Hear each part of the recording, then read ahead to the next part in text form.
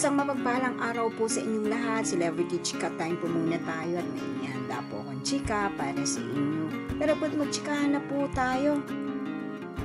Family of two ng Asia's multimedia star na si Alden Richards, top 10 sa Hong Kong at Kuwait. Yes, mga maka-celebrity chika time, yan po ang ichichika ko sa inyo. Nilubos rin pong usap-usapan sa social media ng mga netizens, lalo-lalo na nga po ng mga followers sa supporters ni Alden. Abay, ilang araw pa lamang po ang Family of Two na movie ni Alden at Miss Sharon Cuneta sa Netflix ay namamayagpag na po ito. And of course, bago po tayo dumako riyan, ay nais ko po munang batiin mga timbahay, team abroad at mga seniors natin dyan. Shout out po sa inyong lahat at happy blessed Sunday po.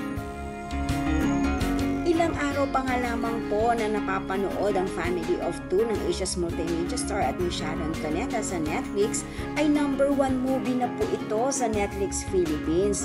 O diba? Bonggang-bongga po ang mga followers at supporters ni Alden at ni Miss Megastar.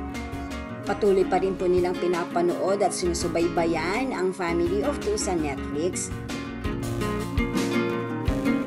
At sa dami nga po ng bansa na nag-i-stream ng Family of Two sa Netflix, ay nadagdagan pa po ito ng 2 bansa na requested din po ng mga Alden team at mga supporters ng Asia's multimedia star. Ang idinagdag na bansa po rito ay Qatar at Kuwait.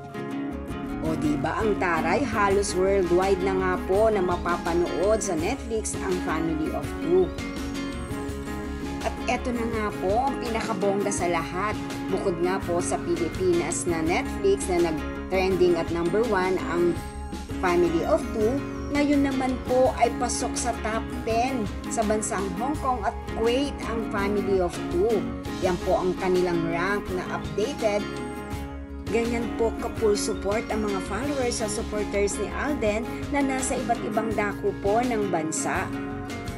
Yan po ang aking chika updates for today. Salamat po sa inyong panunood. Huwag po kalimutang mag-subscribe.